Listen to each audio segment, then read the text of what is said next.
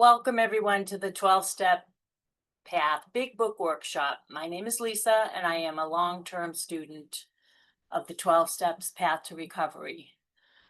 We are also glad you are participating. It is never too late to start this journey. Some people have asked, if I miss a class or if I start late, is it a problem? It's really not. We start wherever we are. We get whatever we get. It's not any hard and fast rule. This workshop should not stress anybody out, any part of it. If the homework is stressing anyone out and you can only get to the meetings, then just come to the workshop. It's really not important. We do the best we can, and whatever that is your best. So just be good with it, and really no stress. I don't want this to be a bad thing. I want this to be a positive thing that you're really going to get a lot out of.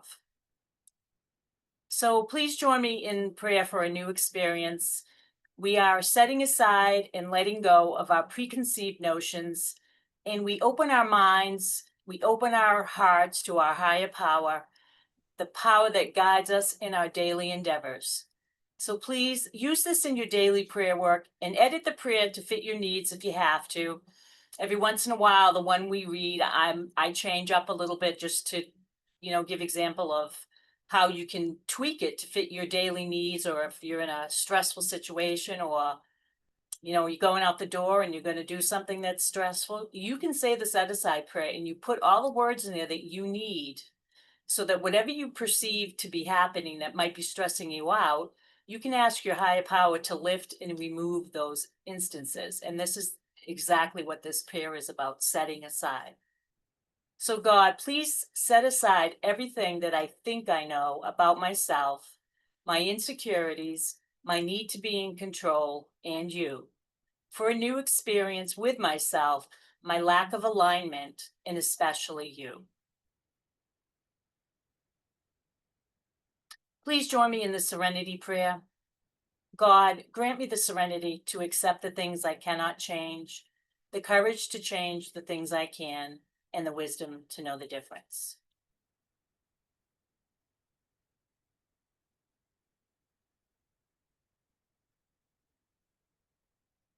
So I just wanted to touch base with this concept a little bit tonight. On page 86, it says, "On awakening, let us think about the 24 hours ahead. We consider our plans for the day. Before we begin, we ask God or a higher power, or whatever you choose to call it, to direct our thinking, especially asking that it be divorced from self-pity, dishonest, or self-seeking motives. Our thought life will be placed on a much higher plane when our thinking is cleared of wrong motives. In thinking about your day, we may face indecision. We may not be able to determine which course to take. Here we ask our higher power for inspiration, an intuitive thought or decision. We relax and take it easy. We don't struggle. We are often surprised how the right answers come after we have tried this for a while. When we retire at night, we constructively review our day. Were we resentful, selfish, dishonest, or afraid? Do we owe anyone an apology? Have we kept something to ourselves which should be discussed or written about at once? What could we have done better? What were we thinking of us? What were we thinking of ourselves in a selfish way most of the time? We clear the channel when we awaken so that we can fill it with the light to carry it into our day. And we talk to our higher power for guidance about our day, and we listen for direction. Therefore, we will ensure our channel stays pristine. We stick to our meditation schedule, and we do this on a daily basis. So we're actually getting somewhere at the front of the book. We're embarking on step 1. It's coming right up. And we'll be talking about human beings, and the model I'll be using is from Herb's collective experience and multiple times through the steps with various guidance. Herb's philosophy comes from his time being in the seminary to become a priest, and then studying psychology, and his progressive way of doing and teaching the steps.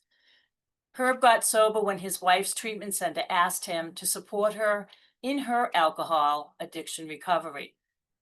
They didn't particularly say he had a problem, but he had the willingness to listen to their suggestions and take actions, and he really wanted to help her. Once in AA, Herb got a sponsor, attended meetings, and did what he thought was working the steps alone. He felt he was bright enough to do it on his own, and he even scripted a fourth step on an autobiographical version. His start was feeble with little substance. He worked all the steps in his first year of recovery and saw little, if any, difference in his life. He finally worked the steps with a gentleman fellow who directed him on how to do this experience efficiently with his first spiritual awakening signs. After he finished the ninth step, he became aware that he had been radically changed. Struggling within his life, he decided to go through the steps once again with yet another man. He later did the steps again at 10 years of sobriety when he was introduced to the meaning of unmanageability and the set-aside prayer. Herb asked himself what unmanageability had meant. He didn't understand that addiction was a separate issue. He had never heard that before. And this is at 10 years. He's just hearing about unmanageability, the first step. Herb states that what's wrong with my mind is the experience Bill Wilson had. What's wrong with my willpower is that I do what I don't want to do and I don't do what I want to. A basic summary of what unmanageability and the spiritual malady are. So we're going to start tonight with the doctor's opinion. After my third or fourth time of doing an in-depth 12-step workshop, I believe that is when my spiritual awakening started to show itself. It kind of comes before you even realize it's coming. It's already in the works, it's already in the making, and you start to see little glimpses of it, usually in hindsight. After my parking lot experience, I realized that all my work was showing up, and although at the moment I didn't realize it, my life afterwards changed without having to do so much in the way of trying to accomplish a spiritual awakening. Because it was such a big goal of mine to have that spiritual awakening that I wasn't even really aware that it was happening and I didn't know it, which is kind of great. So I attended more meetings and more workshops, wanting more of that immense release that night had brought me. I began to hear things and see things differently. And I began the understanding of what having a problem with my mind was, an obsession that is delusional. This will be explored over the next few weeks as we go over what Bill says about the problem of the mind, what he refers to as insanity, which is different from the insanity you hear in the 12-step talk rooms, and what the big book says about insanity and the defect of the mind inherent in addiction. And then finally, after spending more time studying and learning more about the steps, I began to understand what the will is. I say began because I'm always learning about the will. It is a continuum for me. What I may have thought wasn't my will before will eventually show up as a will problem. Through prayer and setting aside the things I cannot change, I started to understand the human condition of step one's unmanageability. When generally in hindsight, in the beginning, I was able to be brutally honest with myself, I could see how much my will runs my life. I thought addicts were unmanageable because they behaved poorly from being addicts. And therefore, when they got sober/recovered, they would never be unmanageable again. I was very wrong. What is wrong with my body is what the doctor's opinion is clarifying. What's wrong with my mind, that is what Bill W.'s experience was. And what is wrong with my willpower is that I do what I don't want to and I don't do what I want to do. That's a summary of unmanageability, and it's the summary of the spiritual malady. Addiction is not our problem. Take a breath. addiction is not the problem. The big book supports that. On page 64, it says, our liquor was but a symptom. And on page 103, it says, after all, our problems were of our own making. Bottles were only a symbol. Besides, we have stopped fighting anybody or anything. We have to. The real problem is unmanageability, aka the spiritual malady. On page 64, Bill says, from resentment stem all forms of spiritual disease. For we have been not only mentally and physically ill, we have been spiritually sick. When the spiritual malady is overcome, we straighten out mentally and physically. I'm going to repeat that. When the spiritual malady is overcome, we straighten out mentally and physically. Then notice body and mind. That is where the addiction problem hides. We have been spiritually sick, which is the unmanageability piece of our problem. So when the spiritual malady is overcome, the unmanageability, we straighten out mentally and physically. Maybe that's why when we looked at step 10, where it says we entered the world of the spirit, Bill says, we're placed in a position of neutrality in regards to our addiction, but we are not cured of our unmanageability. We have a daily reprieve contingent on the maintenance of our spiritual condition. So step 1, we admitted we were powerless over alcohol, that our lives had become unmanageable. Step 1 is our 12-step foundation. Bill uses the metaphor foundation beginning in step 2, and I am talking about it here because it is a wonderful concept. On page 47, Bill says, willingness is the cornerstone to a spiritual arch through which we walk to a new freedom. So step 1 is the foundation, and step 2 is the cornerstone. Bill carries this image into step 3 with the term keystone at the top of the arch, which holds the entire arch together. Then he continues with this metaphor on page 75, step 5. Now we have walked through the spiritual arch to freedom, and there are a set of promises there for us. So if we have a foundation, a cornerstone, and a keystone, and we're walking through a built archway, we might ask ourselves, well, what are the building blocks? Bill doesn't actually talk about the building blocks, but with a little imagination and deductive thinking, we can deduce that the building blocks are found in step 4.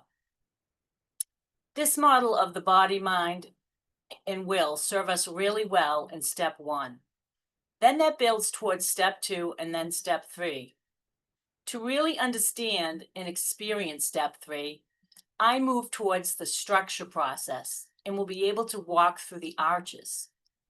This model will hold for each step, but also all of the steps together. This concept will be reinforced regularly throughout the workshop, the body, mind, and will. So I did say that addiction is not the problem, and that is still correct, but it is a problem that needs addressing. Here is a list of several substance and process addictions, and of course, there are many more. Misconceptions about addiction hinder recovery and reinforce the stigmas that go along with it. Over time, using an addictive substance may change the normal function of the areas of your brain associated with the experience of pleasure, judgment, and the ability to exercise control over your behavior. New studies suggest that a common genetic signature may also increase a person's risk of developing substance use disorders, regardless of whether the addiction is to alcohol, tobacco, weed, opioids, whatever. The research led by Washington University School of Medicine in St. Louis eventually could lead to universal therapies to treat multiple substance addictions. While the 12-step programs are traditionally associated with substance use disorders, the core principles of the 12 steps can be adapted and applied to process addictions like gambling, sex, pornography, or shopping. And if you're struggling with one of these and you kind of feel like you get caught up in the alcohol jargon that is throughout the big book, the key is to recognize the parallels between the powerlessness and the unmanageability experienced in substance use and the compulsive behaviors associated with process addictions. By focusing on the underlying principles of admitting powerlessness, seeking a higher power, however you define it, and taking personal inventory, we can easily adapt the 12 steps to our each and every specific needs. So there is a little bit of work involved for those who aren't dealing with a substance addiction. And if you keep in mind the parallels between the powerlessness and the unmanageability, it'll kind of keep you on track when you're going through the book.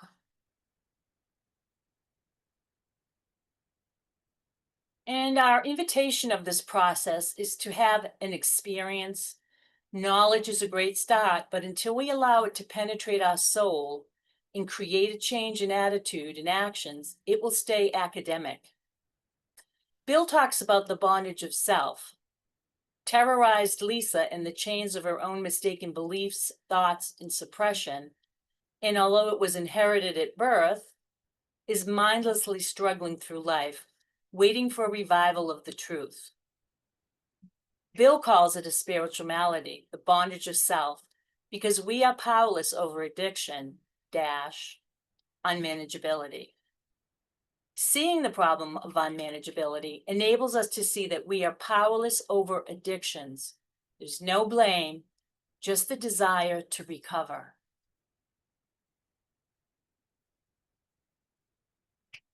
And we are powerless over addiction.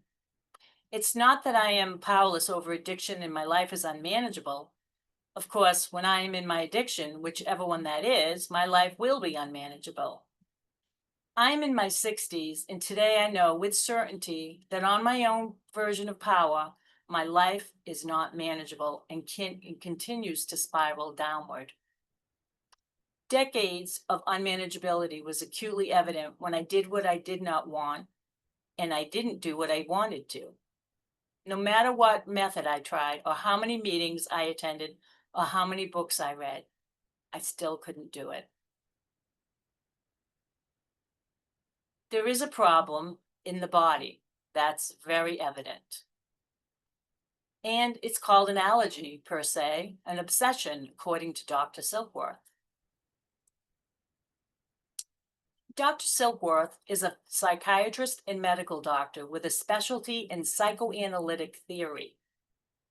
Apparently, Dr. Silkworth wasn't very good at being a doctor, which is why he worked for Towns Hospital in New York.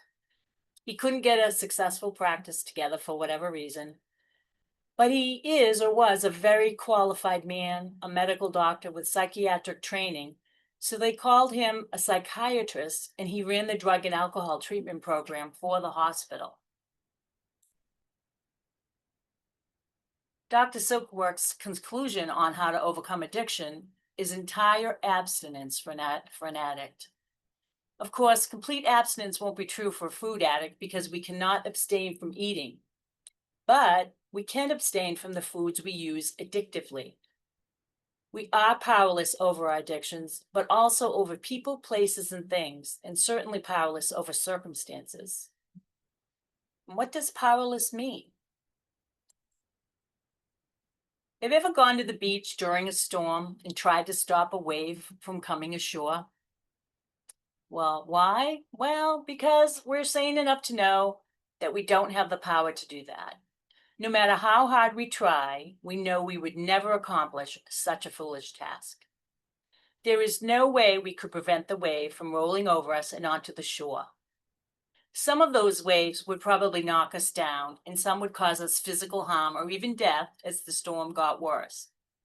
Yet how many of us just tried to stop or control our own addiction? No choice. I am powerless. I have no choice. The doctor's opinion says once I put it in my system, I have no choice. But then Bill says if that were true, then we'd just stop. We are, of course, very capable of stopping regularly.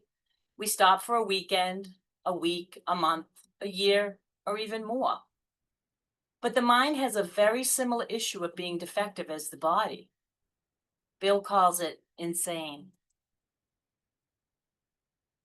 He doesn't mean psychiatric or psychological, so set that aside as we will also need to set aside the term allergy. What does his term allergy mean? It just means craving. What does insane mean? In the big book, it has a unique meaning, not what the dictionary says. In the big book, insane describes the alcoholic's inability to consistently apply their knowledge about the harmful effects of alcohol to their own drinking behavior. And it is also referred to as an obsession, meaning our mind is defective and vulnerable to a thought, and that thought becomes the obsession. Bill uses words that are separate from the traditional words in the dictionary, but I think you guys get the idea. The problem with the thought is that the content of it is delusional. It's a great big lie. And we have Reverend Frank Buckman, a Lutheran minister who started the Oxford Group, which, by the way, is the creator of the original 6 steps that helped all the people who were in the organization of the Oxford Group. It's also what got Bill to his experience of that being on the mountaintop in the hospital room. So he did get transformation and it did get him sober, the 6 steps. The real problem was diagnosed by Dr. Jung. Jung told Roland Hazard to go find a spiritual experience. He didn't say go find religion, nor did he say go seek a relationship with God. He specifically said, go find a spiritual experience. Addiction is a very big problem.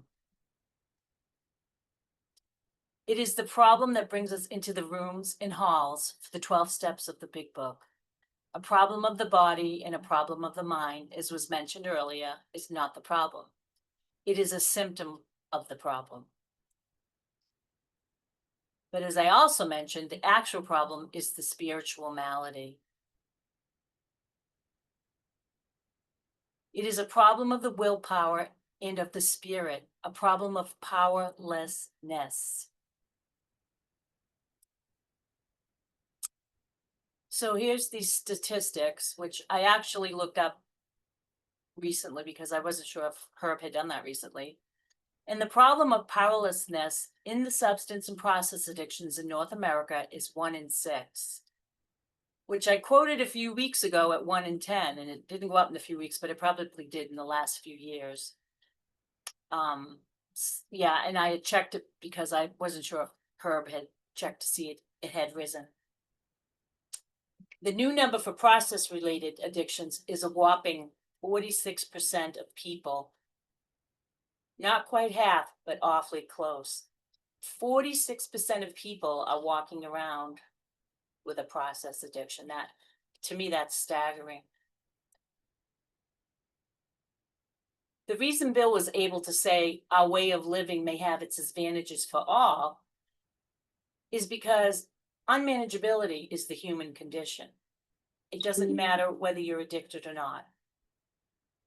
100% of all human beings has unmanageability, is at least how I understand the big book's description of unmanageability. So let's take a look at the doctor's opinion.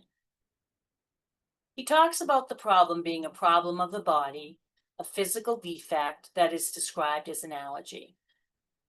The sign of the allergy is the phenomenon of craving that leads to the compulsion. So therefore, Bill says, complete abstinence is the only conclusion. Bill also writes that Dr. Silkworth, in a letter on page 25, found that the type of alcoholic that Bill was regarded as hopeless. Now, I am allergic to salmon. I found this out in my 20s. I had salmon at a restaurant, my face swelled, my lips tingled, and everything went numb, and it felt like I was going to die. I've never eaten salmon again. It had a very direct and extensive effect on me, and I didn't need to eat it again. I was all set with the feeling like I might die. That's the comparison that Bill uses when he calls it an allergy. It's something that if we take into our system again, will most likely kill us. We can't have it around us.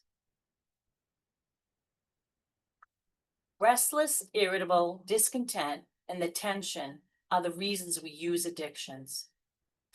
Everything is better than feeling that anxiety of tension, and using our addictions gives us a sense of ease and comfort. Until we replace the addictive device with power, the process of release is not available. The big book says, after they have succumbed to the desire again to use, the phenomenon of craving develops. Notice the sequence of events. No craving until after they take a drink.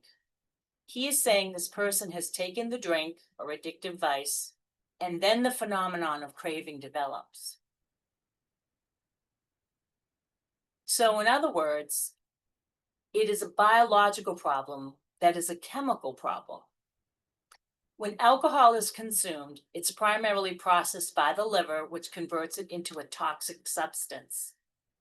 While the liver efficiently handles most alcohol, excess alcohol can overwhelm the system, leading to effects on the brain, nervous system, and other organs.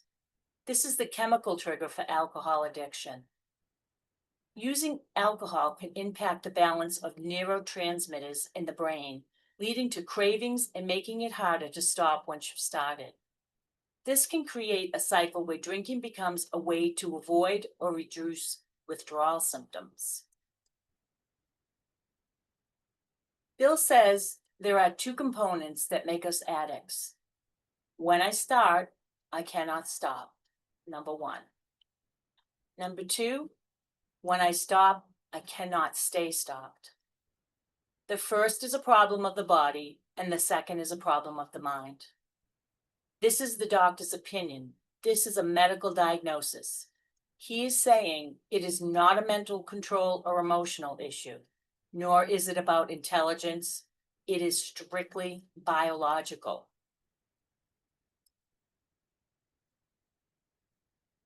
Have you ever heard the expression, one is too many and a million's not enough? On page Roman numeral 20, it says, they were drinking to overcome a craving beyond their mental control. This, the doctor's opinion, and he's saying it's not mental control or an emotional issue.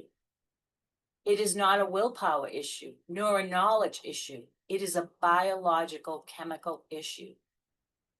The phenomenon of craving is so ruthless that some commit the supreme sacrifice of suicide.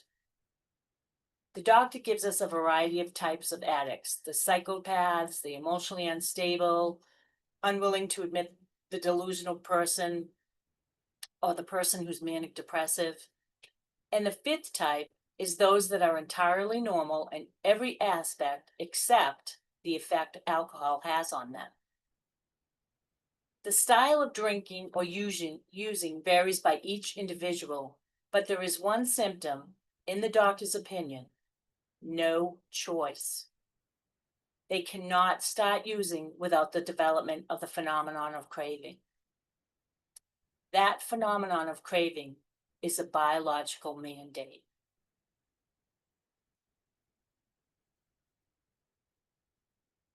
The doctor's opinion is that there is an allergy. It is a metaphor. It's not science, just an abnormal reaction to a substance. He is referring to the chemical reaction on a cellular level from the chemistry of alcohol or the chemistry of drugs or even the chemistry of food. He had processed hundreds of people. He said many appealed to him Doctor, I cannot go on like this. I have everything to live for. I must stop, but I cannot. You must help me. This is an observable phenomenon. Once I use, I will inevitably consume or use more, maybe not on the same day, maybe the next day. On page 29, he says, after they have succumbed to the desire again, as so many do, and the phenomenon of craving develops, they pass through the well-known stages of spree, emerging remorseful with a firm resolution not to drink again. This is repeated over and over, and unless this person can experience an entire psychic change, there is very little hope of their recovery.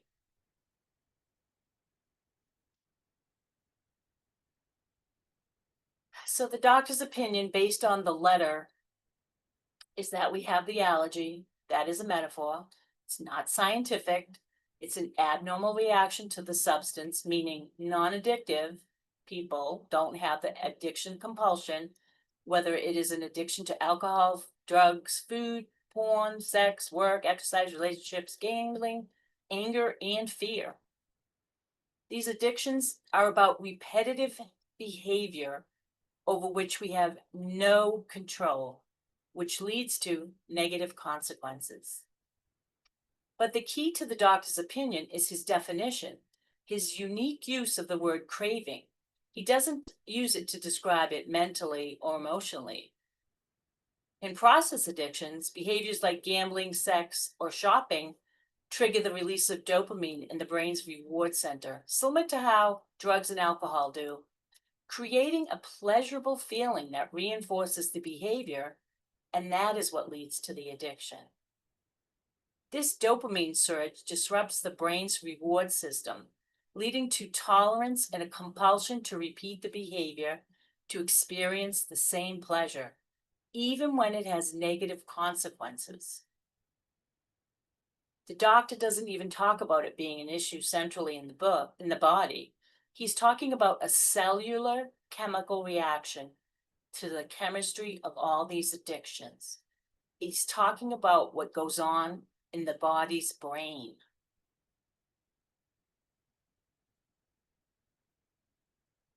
So let's take a look at Bill.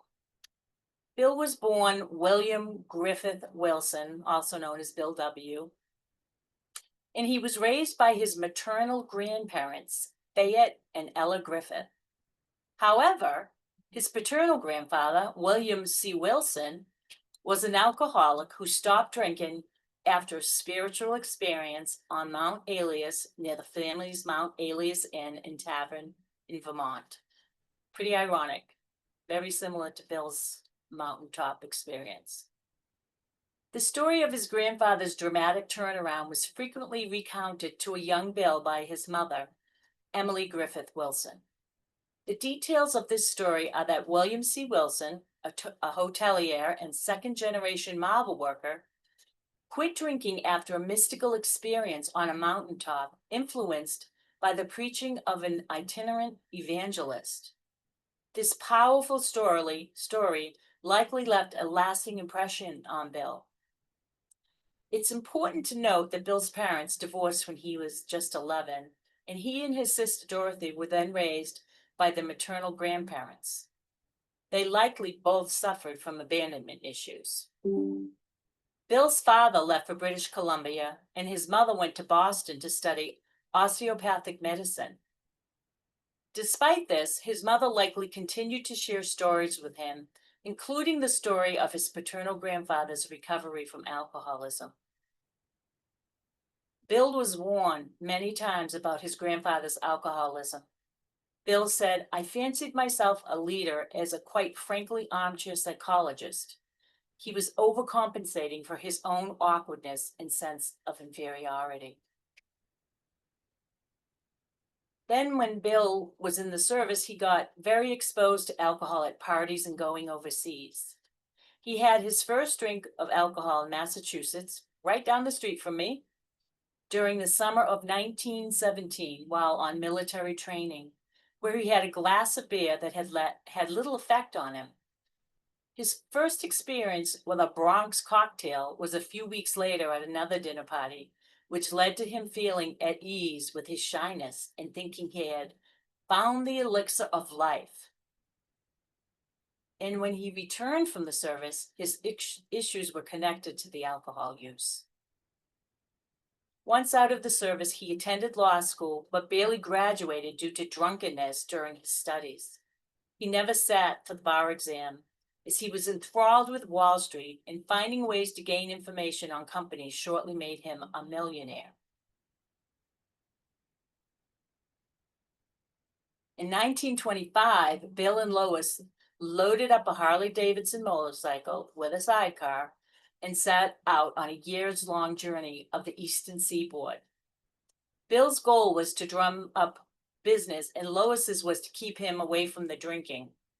It's a wonderfully adventurous story, and I put up pictures about it. Lois made a whole, like, little book kind of thing about it. But Bill's drinking was starting to show its effect with morning jitters. The stock market crashed along with Bill's drinking. Added to that, he got fired, but he goes out to work in Montreal, Canada. Unfortunately, he gets fired again, and he won't work again for 5 years. We can all relate to the demise of Bill's once thriving life due to his addiction. It is easy to put ourselves in his story and feel his pain and life spiraling out of control. No longer drinking as a luxury, he now is dependent, and his life gets worse when he loses their home. At the bottom of the page, Bill says, "I saw that I could not take so much as a drink. I made lots of promises." The Bible in his home in New York has 12 dated entries of his promises to Lois about quitting. He signed and dated each entry. He was very sincere, as we all are, and Bill begins to tell us what he means by the insanity. He thinks he has a mental defect, full of remorse, horror, and hopelessness, and on page 6 calls it a terrible sense of impending calamity. And I thought of suicide, but the mental fog settled down with a lot of gin, drugs, and sensitivities from the doctor, his brother-in-law, Lois's brother, who also got him into Towns Hospital. So he had this wonderful brother-in-law who tried to get him out of his alcoholism by giving him drugs.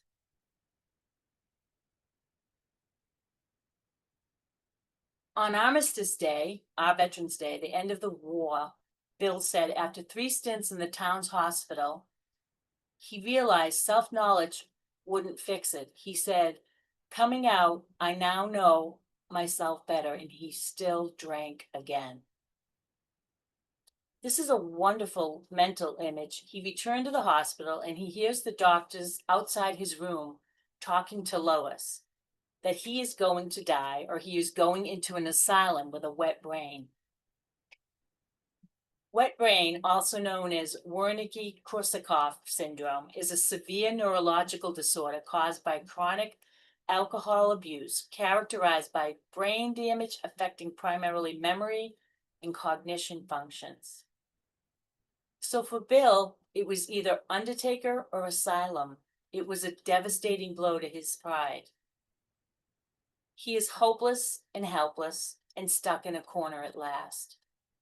And he drank again.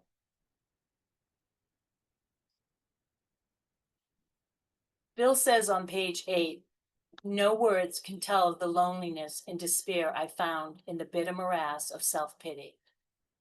This is Bill's bottom. He's finally hit it. He goes on to say, "Quicksand stretched around me in all directions." Try to imagine him. I was actually in quicksand once. It's like a suction that just keeps pulling you further down with any movement. And the suction makes it hard to get out. When you try to go up, it sucks you down further. And you absolutely cannot do it alone. And the more you try, the further you are sucked under. Bill says, "Quicksand stretched around me in all directions. I had met my match. I had been overwhelmed. Alcohol was my master. And at this point, Bill is feeling completely defeated.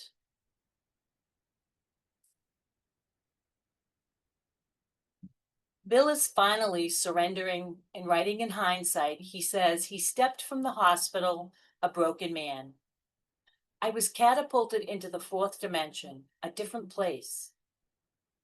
He is catapulted into the fourth dimension, the world of the spirit, the invisible, the immaterial. And he says, I was to know happiness, peace, and usefulness. And he calls it here the phrase, our way of life, which is where Herb got the words for his books, and Bill uses it throughout his book. You'll hear it come up a lot, our way of life. So here's some questions that you may or may not have gone over during the homework. And I think at this point, it's a little early to end. So I'm going to see if people could potentially share maybe their experience with their addiction, what happens when they indulge in their addiction or did indulge in their addiction, what might your history be of attempts, how many times did it take for you to stop and start, how successful have you been once I start, what are my behaviors, my use, and how honest have I been about it with others or myself, my efforts and my failures. So if we could have some people share their experience, either, any of these questions that I had said. Mark, I see your hand is raised, so why don't you go ahead and speak? Is there any way I can see the questions? Probably. Let me see. Get a view.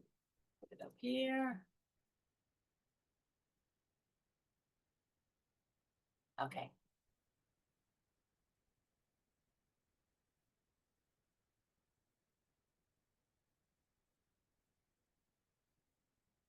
All right. Can you see it now? Sure, thank you. Yeah, I'm Mark. I belong here. So I first of all, I think I probably did a pretty high percentile on the homework. So I don't know, maybe 90%, 95%. Um, and I okay, thank you. Uh, what is my experience with addiction? I have to say, like, probably truthfully, a lot of the addictions you list, I probably have at varying degrees. But I'm here for one specific one this time around. So I actually, and I was sharing this with somebody in that fellowship that I actually from doing the homework, and I usually do my homework like on Mondays and Tuesdays. That's just sort of like how it works out. I kind of like had like an experience today and related to all these questions because I was going for most of these questions like today. And I realized that despite the fact that um, in this one particular fellowship I'm in, I've worked the steps of gang at times, like many, many times on the particular addiction that's kicking my behind. I realized as I was reading this that, like identifying with there is a solution, that there's still part of me that gets a sick buzz out of not being able to take care of myself. And specifically, I'm here for like a process addiction. I'll mention a little bit more, but what happens when I indulge in this addiction? So, for example, analysis paralysis. So I I do two-way prayers. It's a big part of what I do. And so, for example, God had mentioned one specific thing that I should have done regarding trying to generate more traction with one of my side hustles. And so for 5 days, I kind of like, I kept hearing the same stuff from God. And I was just like, sort of like, okay, that's good, God. I don't want to do that. And then even like today, I ended up contacting the person I was supposed to contact who provides the service, but I didn't buy the service. I just sent the guy like an email, and I mentioned that because as I was doing that, or when I looked back on the 5 days, just as an example, I was like, this is literally like step one. Like this is just me kind of doing whatever I want to do. And then specifically, I'd ask God specific stuff about this specific thing that I do, and it relates to like making like content on the internet. And I was just, and then I got specific instruction on what to do. And I was like, F it. I'm not going to do it. Like other examples, like, I've been dealing with this specific addiction, like, probably even before my other addictions. Like I've done step work to the point that my I this I'll just speak for myself. My other addictions come from this process addiction. Like I did the other addictions so that I wouldn't feel the pain from this one.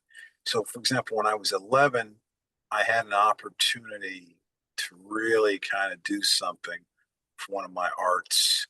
And I had like a friend of mine who was in one of my classes, and her father was a real big muckety muck at this really big company. And she just kept like trying to get me to meet him, so he could maybe hire me and see some of my work. And I just couldn't do it. Inside of my mind, the fear was so deep that I had all this, I created a story about her, which may have been true, but but the point was that, um, I decided like I would like something I had really wanted to do or be involved with. I said no because I had this whole story about the messenger. Like I had this whole story about this friend of mine, and like I didn't want her and she wanted this and blah blah, and it was just it was the addiction, and it was the beginning of the addiction. And then I guess like a third example is just I I got through from step work and then talking to people, doing a bunch of step work late last year. I got really clear, directions on what I should do to take a step in the right direction. And I was still not doing that up until like the last 2 or 3 weeks that I've been in the workshop. So I technically spent about 8 months from first getting the direction from God and basically acting out at the level of the addiction that I wanted to, because I felt that, like my way was good. Um, History of attempts to deal with the stop after like I've tried lots of different things. Like I'm in um, I'm in a bunch of fellowships, but I'm mostly here for like my time and my money. And not that that matters. I identify with other things, but I like I've had recovery, but I always invariably kind of go back to like sort of like not being able to take care of myself, not getting the rate I'm supposed to get, and just like wasting time on nonsense. And that's important because the time that I waste could either be used to take care of myself or work on business, one or the other. And I don't, like three examples. Sorry, I don't. It's just something over and over. So it's more than three. I don't want, like I don't want to go on forever and ever. So, how successful have I been? I am through the program that I'm in. Like I went from, I doubled what I was making from really like working the steps, doing a bunch of different things. But then I hit like this point that I've been in which is like the highest point, like kind of like a ceiling that I don't let myself get past, if that makes sense. So I even working the program in either one of two programs, I haven't gotten past a certain ceiling because of the stuff in my head. I know it's not because of God, it's because of the stuff in my head. And once I start, can I stop? No. This has been a 39-year-old thing. And at this point, like I realized that the other things that I did so I wouldn't feel the pain and suffering from the process addiction. And I only realized that from working steps like incessantly. Um, how honest have I been about it with others and myself, my efforts and failures? I think I've been mad honest, but I don't really know that honesty makes a difference, especially if I'm going to just do the same thing over because I enjoy my addiction to poverty. And I think that's enough out of me, so I'll leave it there. Thank you. Well, Mark, before you go, I do have a question for you. Sure. Thank you for sharing it. How often do you use the set aside prayer? I'm trying to. You said how much do you want to get out of this? The more you get out of it, you do. I try to do like the way of life in the morning and go through, like Herb's thing. Um, I use the set aside version, like I guess the quote unquote official one, but I don't. I'm not going to lie and say that I do it all throughout the day. All right. So one thing I would say to you is if you were willing to take that set aside prayer and tweak it to what you just talked to us about, like put your life into that set aside prayer and start using that daily, at least twice a day, I think you're going to see a difference in 30 days. Okay. I I have my version that I've written. I can start using that one, and As long as it's going to touch on all the points that you need to touch on. Because remember, at the end of the day, no matter what you do, this program is going to teach you that the answer is a spiritual answer.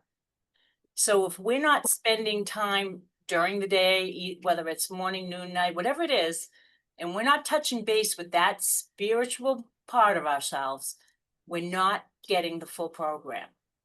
So my first suggestion to you is to start with the set aside prayer, but really tailor it to fit you in your life. Don't just use a generic one. Really put the power in there. Really put the intention in there that it really, really matches you in your life. And then use it. Use it whenever you can. Don't hesitate. Don't feel like you have to just do the minimum. Okay, I hit the 3 times a day. No, just keep using that prayer. That one singular prayer can change your life dramatically. okay, I'll take that. Thank you. And like I said, make sure you make it fit you. Okay? Sarah,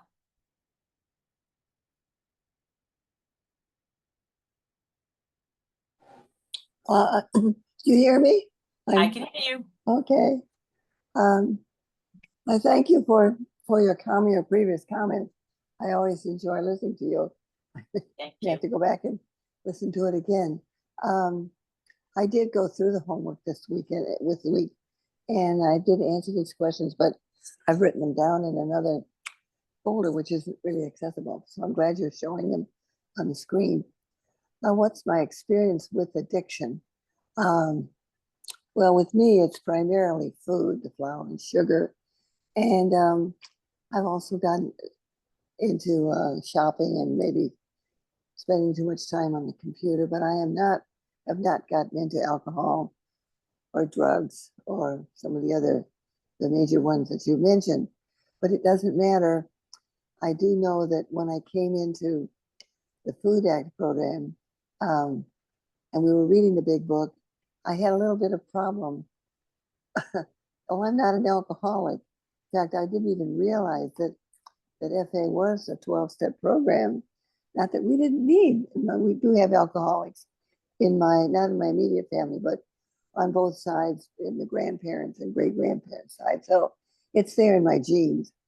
So that I just, I didn't have problems with the flour and sugar until I got into my 50s.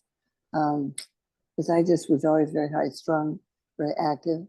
I was always an overeater, but it didn't really show. I was going through the flour and sugar when I was younger, but I got away with it. But I began to really put the weight on once I got into my 50s. And my daughter led me to the FA program and even Overeaters Anonymous when I was through friends of hers. So question 2, what happens when I indulge in this addiction? I am a relapser, a chronic relapser, but I've gotten much better over the years. I do think I've heard it said that it takes sometimes many years to really achieve complete sobriety or complete abstinence, and that's me. But as I learn more about myself, and my periods of abstinence go much longer. When I do have a break, I can stop now. I don't binge. I will take something that I know is not good for me. It's not healthy. I may enjoy the taste of it, the pleasure of it. But after a few bites, I don't taste it anymore. And then my mind says, what are you doing? Then I put it down. It's no longer pleasurable. But I will be left with the feeling of guilt and shame that I have not, upheld the principles of abstinence. So my attempts to deal with it I've been in a 12-step fellowship, several others besides the FA for 50, it'll be 20 years actually, for 20 years. And it has helped me greatly. I probably would not be here without having participated in what the use of the 12-step program. And it really, I have learned that it, especially through Herb K, it really is a spiritual awareness program, a spiritual foundation. In the beginning, I had a lot of trouble with steps 2 and 3, and I wasn't even aware really of how important step 1 is. I knew that I had a problem. I never really addressed the issue of unmanageability until I came into the Herb K's approach. That's been kind of a real eye-opener for me. It really is unmanageable around food. I've had a successful career. My family's okay. My kids are okay. But I cannot handle the flour and sugar issues. And how successful I've been once I start. As I say, my periods of abstinence are much longer now. And I really have come to see how important it is to have a spiritual base. I never was into meditation at all. I had to learn how to do that. And and the healing power, it certainly does. It certainly helps me. And how honest have I been? I think this is an issue that I've had to deal with, is honesty with myself about the reality of my situation and what it is that's driving me to eat.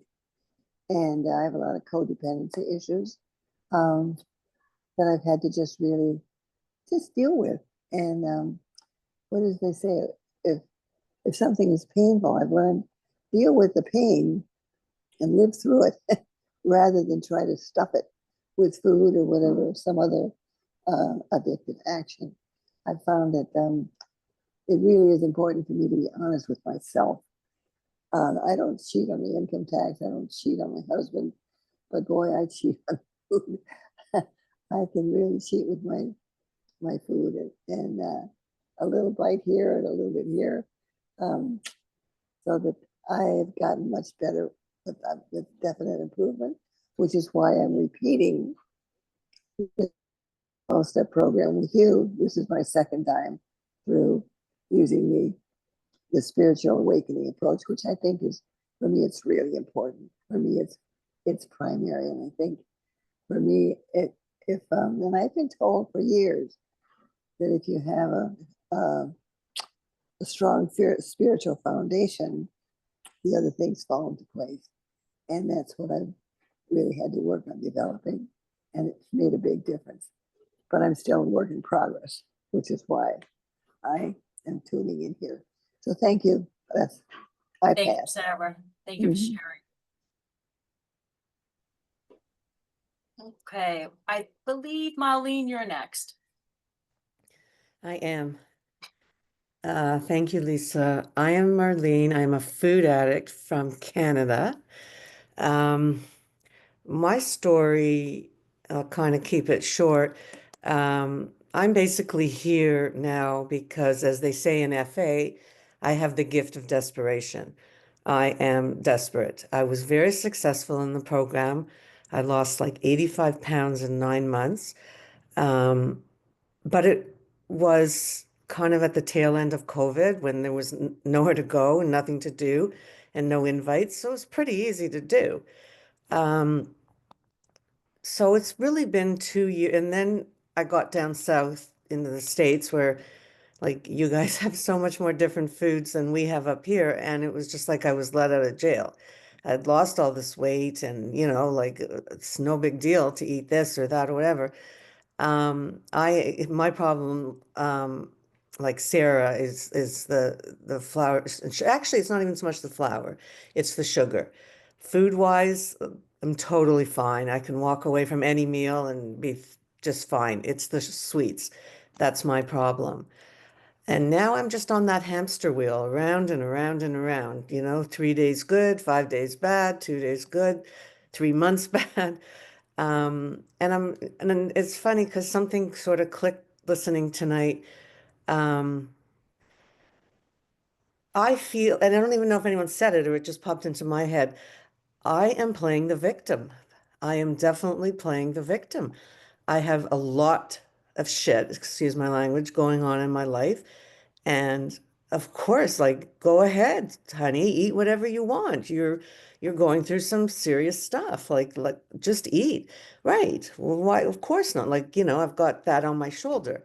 Because nothing makes me happier than like a big bag of whatever. I have no problems when I'm sitting there eating it for 15, 20 minutes, whatever. They dissipate all of my problems. Um, and then, of course, I finish it and it's like, oh my God, what the hell did I just do? Tomorrow it's back to weighing and measuring, and it's just that constant hamster wheel. But it really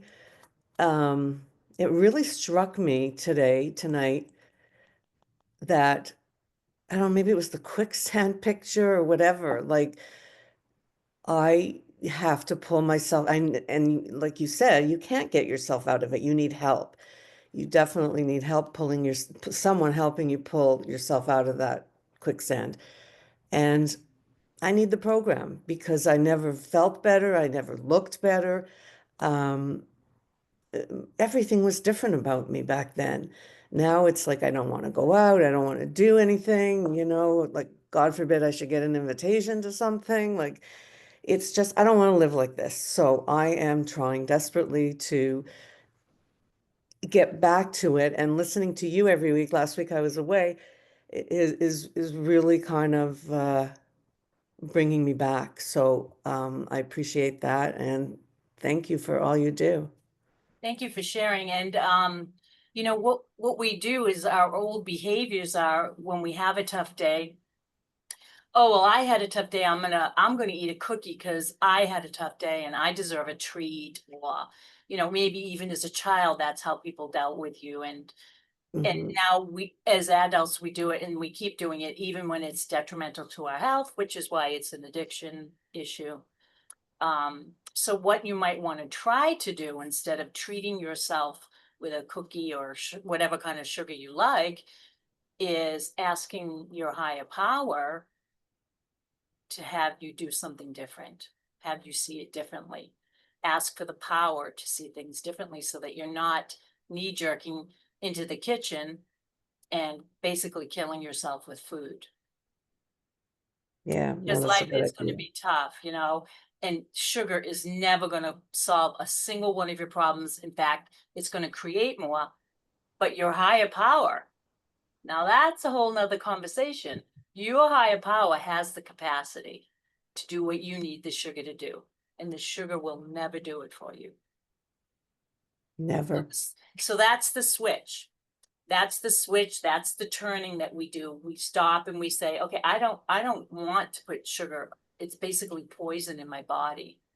So what are my other options? Well, the only other option you have really is to turn to your higher power. Right.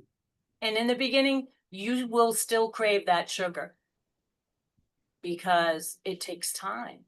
I mean, yeah, hey, it could happen in a lightning bolt. Absolutely. But if it doesn't, don't give up on the higher power.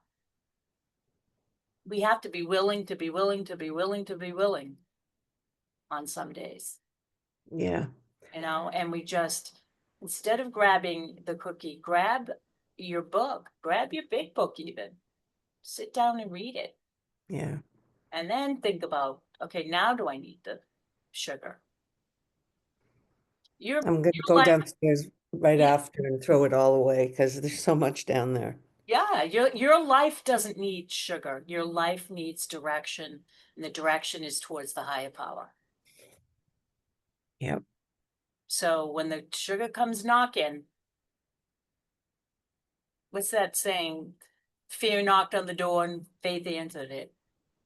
It's So, good. yeah. Mhm. That's So very good. that's a way to go. Thank Thank you you. for sharing. Thank you, Lisa. G, I believe is next. Hi, hello, everybody. Thank you, Lisa, for doing this. I'm only going to speak in order to be able to help another because I feel like I have to. I joined FA 2 years and 7.5 months ago. When I came, I had a rebirth. I had the supernatural rebirth. I was perfectly abstinent effortlessly because of my total acceptance and turning my entire being over to a higher power. I was perfectly abstinent for 2 years and 5 months. A couple months ago, things started slipping. I know Herb K talked a lot about that dimmer switch, and my codependency has caused a recent relapse. Right now, as I'm talking to you guys, I'm embarrassed to say it, but I'm going to say it because it just demonstrates how an addict can lose their shit in a heartbeat. I went from total, perfect, beautiful abstinence to, while listening to you speak, in my car heading to the grocery store to get some addictive supply. And I can tell you that I'm not a quitter. That's the wonderful thing about addicts is that, yeah, we're addicts, but when we have a goal, we don't we achieve. And so I have never stopped weighing my food and measuring. I have never stopped doing my meetings. I have never stopped any part of my program or my tools while I have relapsed. None of the tools, just like Herb says, and I agree, the tools are not going to save me. Nothing is going to save me. I'm going with the motions and I'm empty hearted because I had a codependency relapse, which caused a food relapse. So I'm mired in addiction right now all over again. I've got a bag full of goodies right here that I've been chomping on while listening to you guys. I have lost complete control. And I can tell you that the only difference between my purity and abstinence for all that time and now is I'm angry at God again. And I don't want to talk to God. And I'm pissed off and I've turned away. And that's the only thing that can save me. And I'm aware of that. So I'm binging. I'm working the program 100%. My sponsor knows what's going on. Everybody knows. I'm transparent about all my stuff. I'm not a liar. I'm not a sneaker. If I've done something, I come out with it because I'm always willing to accept help wherever it might come from. But my anger at myself for my codependent, for allowing people to exploit, use, and abuse me has caused me to be angry at God again. And all I want to do is pound the anger down with bags of shit. And I've gained 6 pounds in the last 2.5 months. And the dimmer switch is headed in the wrong direction. But I want to be a testament to you can have perfect abstinent for a long time and then have complete unmanageability in your codependency or your Al-Anon behavior, all of that stuff, unmanageability. And in a split nanosecond, go right back to where you were. I feel like I've time traveled. I've like one half my body is in the FA bubble and the other foot has accidentally stepped back into the addictive bubble. And I'm between two worlds right now. Like I'm spiritually, psychically cut in two. And I'm trying my desperateness to get back into my FA bubble. So the rebirth that I had was so supernatural and so amazing. I work my program. I hear people saying every day that they have relapses and all that, and that it can happen at any time. But my faith, my trust, my everything was so strong that people could eat everything they wanted in front of me, and I was absolutely not affected one bit. Food neutral 1,000%. But my unmanageable behavior and how I allow people in the workplace and relationships to, you know, to I allow people to harm me, and I allow it for a long time. And what gets me to the food addiction is the codependent behavior. So I'm right back to square one. I'm angry and I know what it takes to be abstinent, nothing short of God. And I'm eating my way through my anger while I'm talking to God about how angry I am at him. It's really funny and ridiculous, but it's a learning, this relapse is a huge learning curve, yet another. So thanks for listening, and you're not alone. I'm binging while I'm listening to my AWOL. Thank you. Gee, I would like to just say a couple things about what you said. When in a relapse, what the relapse is about is the connection to our higher power has been broken. It's really not about the substance or the process addiction or any of those things. We are born human. We are born with unmanageability. It is there all the time. It never is going to go away. So we have to be very, very connected to our higher power. So, you felt like you had control, but you didn't say that you felt like your higher power had control over your life. So there were a few key things in there, that you felt like your codependency might have started you eating again. We none of that stuff is relevant. It's all outside forces. Everything that happens within our addictions and within our lives is an inside job. Because if outside forces are controlling us, we're shit out of luck. There's really nothing we can do. That's not even saying that God's controlling what's going on. That's just too far down to go.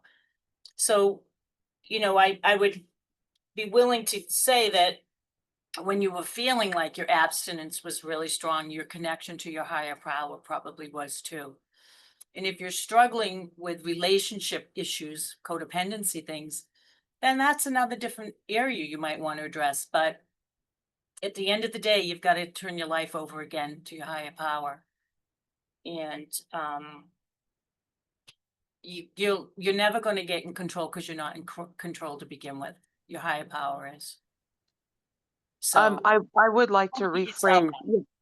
Yes, you're absolutely right. You bring up a good point. I want to rephrase what I was trying to explain is that because of my codependency and my behavior, I started, my connection with higher power started dissolving. And Okay, I'm that makes more sense. clear. Yeah, that's what I was trying to say. And I was clear for the first 2.5 years, the relationship, the connection was the highest it's ever been in my life. So I went from 100 to 0. And what, you know, so yes, exactly. No, I'm very aware. Nothing short of I've lost my connection. Okay. And that's the only thing that will bring me back. And the good news is you've had the connection, so you know where to go get it. Some people don't have that. So you're ahead of the game, even though you I might not feel do. it right now. I do, but I took the first bite and now my body is re-addicted and now I'm battling with withdrawal. So Yep, it's like starting it all over again. I know where to go. It's just getting there is going, I just made it harder for myself. yep, yep. And to remember that not to be hard on myself, I'm an addict and that's why I'm here. I'm an addict because once I start, I can't stop. I'm not an addict because I made a mistake. Exactly. You're a human who made a mistake. But you know, when we take away all the labels, we're all just human. We're having human experiences. They're not 100%. They're not in control. We don't even know what direction it's going in. And we have to have a little bit of grace around that we are human.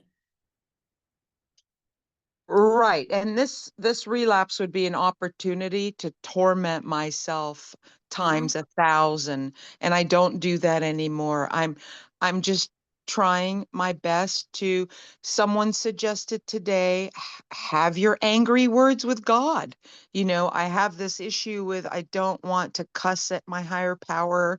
I want to be the good, sugar's the good girl's drug. I want to be a good girl. I don't want to deface, but if we're going to talk about being honest with higher power, then that means sharing anger too. Yep, some people are angry with their high power. I agree. Thank you for sharing. Carol, Thank you, I think you're Lisa. next. Wait, hold on, Carol. Were you next, Joel? I might have a different order than you guys have. You got it right. Okay. Should I go ahead?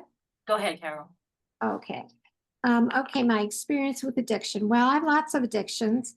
I'm addicted to the internet. I'm addicted to video games. I'm addicted to shopping, but my primary addiction is flour and sugar. What happens? Well, when I put sugar in my system, I cannot stop.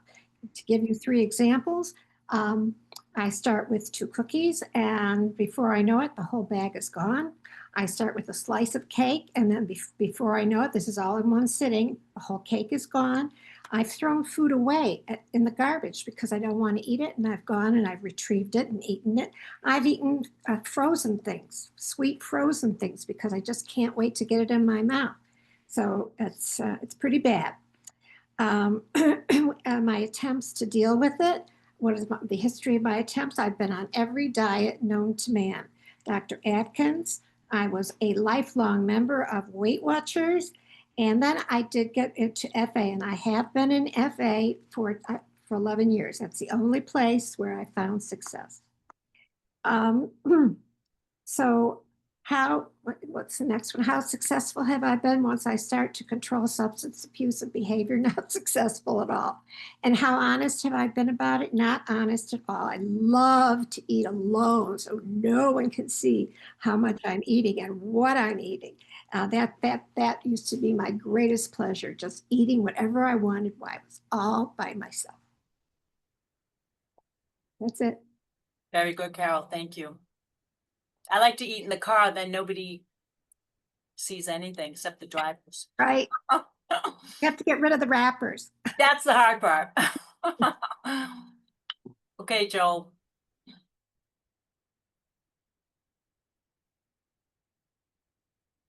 Hi, everybody.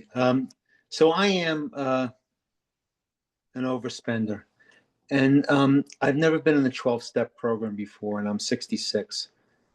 And I kind of started thinking about, why am I 66 and I've never been in a 12-step program before? And I think part of it is because I've been purposely asleep for 66 years.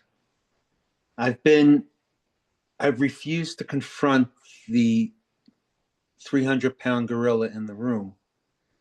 And part of the reason is because of my prevailing narcissism. The fact that the world is about me. And I've gone through life, you know, not paying attention to my kids, not paying attention to my wife.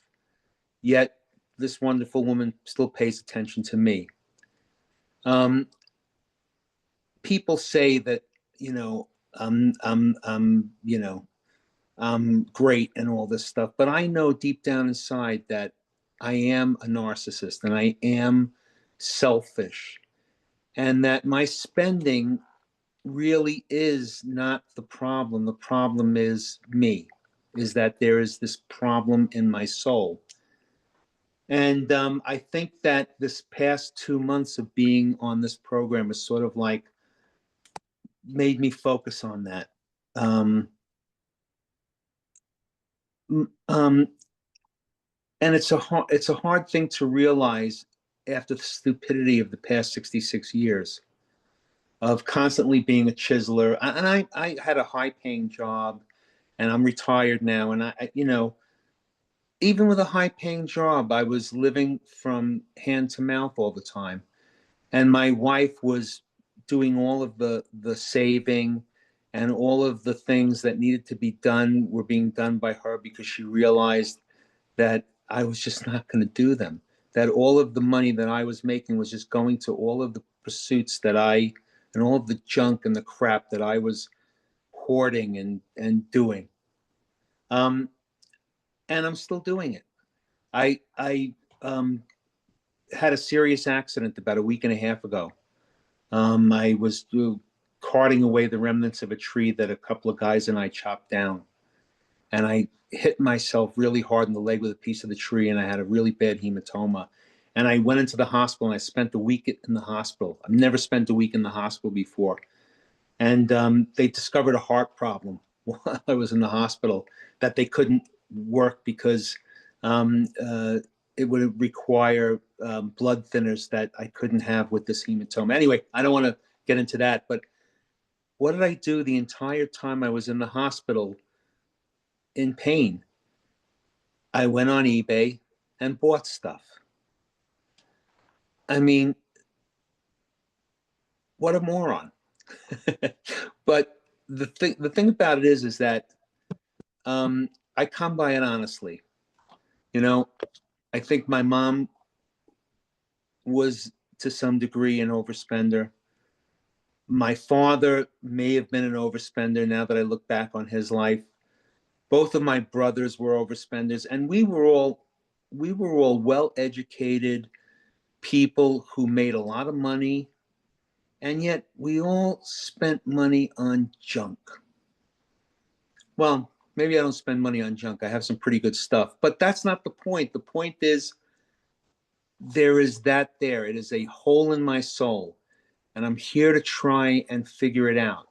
And I'm 66, so I don't have 30 years of Overspenders Anonymous and 12-step programs and insights that may have taken a few years to get to sort of get to look back on and help me. I'm sort of like grabbing now at your insights, and it may be trying to figure things out like in an express course, and I want to get to it because I just don't want to spend my retirement years doing the same crap that I did all my life. So here I am, and I'm trying to understand this stuff. And some of this stuff is very enlightening, but some of it is just, it's going a little over my head. I guess I have to try and take this mind of mine and reread it 3 or 4 times. And it's heady stuff, but it's stuff that I never thought about. And part of the reason why I may have never, oh boy, did I lose you guys? No, you're good. Part of the reason why I may have never thought about it is because of the thing that I never really realized before, that while I could call everybody else in the world a name, I could never point to myself and call myself just a narcissist, somebody who was so selfish through their life that they couldn't just confront their own demon and do what they needed to do. I'm done. Well, Joel, we don't want you to, massacre yourself. This is not what we're doing here. And, a lot of what you did, it's not unusual. It comes with the territory. Nobody's shocked. And a lot of people get to their 50s and 60s, and that's when they really want to make a difference in their life, because like it or not, we're looking at the back end of the golf course here. So it's understandable that you want to do it fast, but that's also, we have to be careful, because that's part of being an addict. More, faster, more, faster. So we don't want you getting caught up and in over your head, obviously, but just take it with whatever amount you can, because whatever amount you can take is exactly the amount that you need. You don't have to do this whole program in 2 months' time, and you're not going to graduate. You're never going to graduate. Nobody graduates from this program. That's the bad news, and that's the good news. Because it's an ongoing thing. There's always going to be something that comes up in your life, whether it's a tree falling on your leg, or a bill that comes in the mail you didn't think about, or whatever it is. That's the human condition. It's the unmanageability. It's always going to be present. You are not going to transcend it. But what you are going to have is a really key component that gets you through all of these events, that makes you want to use your addiction. And that's the spiritual side of it. So keep coming, keep questioning everything you hear, because that's way better than just assuming it's true, but make it true for you. Make it fit your story. And the most important thing is you're willing, and the willingness is half the battle. Most people aren't willing, even at the age of 66, to address the issues that they've carried with them their whole lives. So give yourself a pat on the back. You have a lot of courage to start at your age. Absolutely. And there is no great age to start. It's whatever day you decide you don't want to suffer anymore. You want to be free. So keep being willing, keep showing up, keep asking the questions, and let your higher power do the rest. Because we do the footwork, the higher power presents the results. We don't have a results button. It doesn't come with being human. Only our higher power does.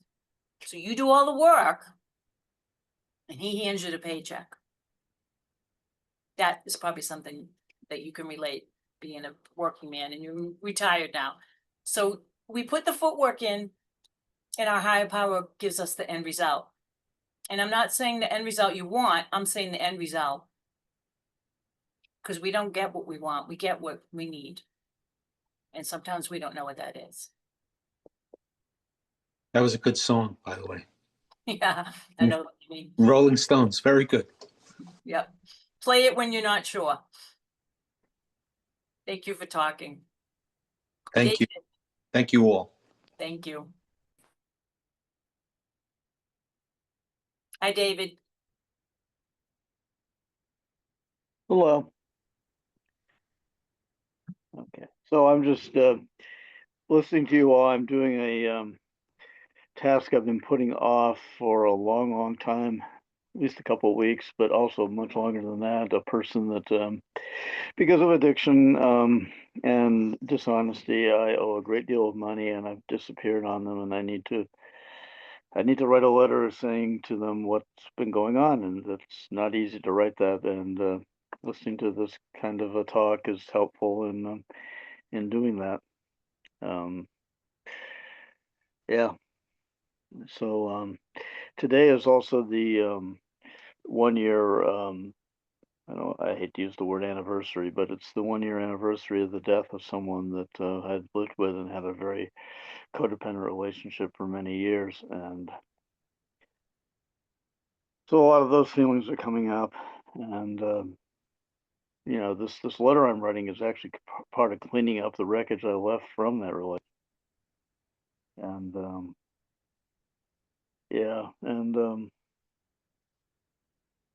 so I don't, I'm the type of person that always wants to look at the things that are either immediately in my face or that are, the people are actually writing me. And these people I owe money to haven't been, but I owe them, you know, multiple tens of thousands of dollars actually, and I have no idea how I'm going to pay them off, but it's their money I used to support another person, you know, Yeah.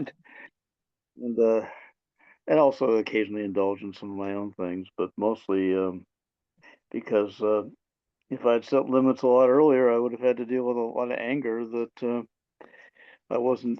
You've been meeting my needs, and now you suddenly stopped. Well, they were never really mine to meet in the first place, but I did anyway because I mean, you know, and it goes back so far. I did the DA trauma workshop the last time, and I can go back to the beginning if I was set up from the beginning to be the caretaker because I'm not particularly healthy, but I'm healthier than everybody else in my family. So, Yeah. yeah. So that's what I'm doing. Well, keep your focus on the prize and keep coming back. And it does get better with the work. It will get better. Your life will make a turn, and someday you'll look back and say, wow, look how far I've come. Oh yeah. You know, Well, I've been doing recovery stuff for 30 years now, and mm, it's been 30 years since I smoked any marijuana, and that used to be a pretty regular habit of mine. Um, and I've survived some pretty awful stuff. I was a victim of a drive-by shooting, and the only way I survived that was the bullets passed through a dog sitting next to me before they hit me. well, God. And I don't. That's a terrible thing to have happened to you, and I don't really feel it. I laugh it off as just this thing that happened and make it into a story. yeah.